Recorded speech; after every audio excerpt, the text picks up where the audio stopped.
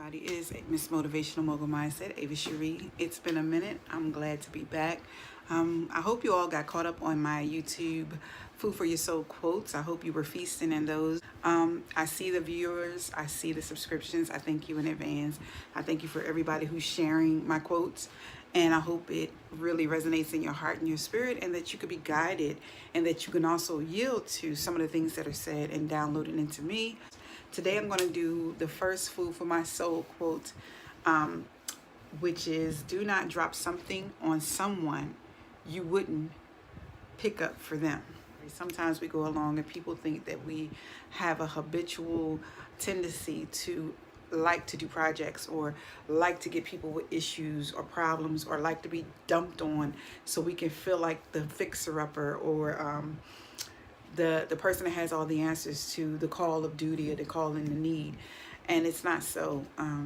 You want to be considerate, even if you have somebody who's a landing pad for you, a listening ear to you, who allows you to bend their ear. You have to be mindful of what their intake is, and you don't want to over pollute it with things of toxins, and be considerate of the fact that that person is a vessel for many people.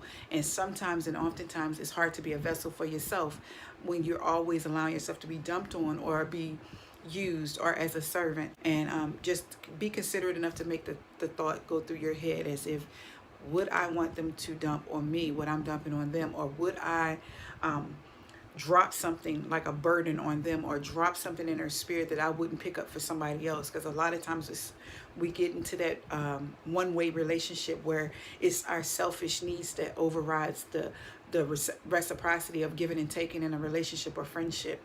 Because that person is innately that type of way, we just assume that they like doing those things, or we don't even pay attention to or yield to the signs of when they're burdened and tired, and we just continue to just pile on things on them because they seem to be able to manage things well. But in all actuality, they're not really managing things well. They're just going along with the day-to-day processes, and sometimes you don't even see them break down. Sometimes no one is available to see them break down, or available to them to lift them up. We have to really dispel to think that everybody's always good, or just think that they're built just for that.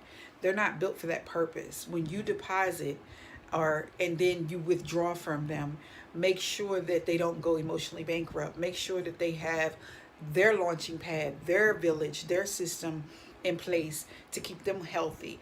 Continue to think about their well-being. Continue to think about how many people they effortlessly and selflessly serve.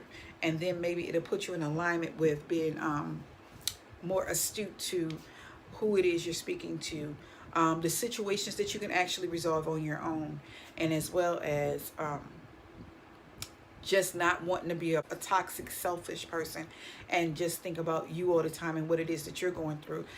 Hopefully this will help you yield and see some of the underlying things that we choose to ignore, or the underlying issues that you may not see in that person that's always giving to everyone, but no one's coming along to replenish that spirit, replenish that soul, and take some burdens off of their plate. So just think about that the next time you want to drop something on someone that you wouldn't pick up for them.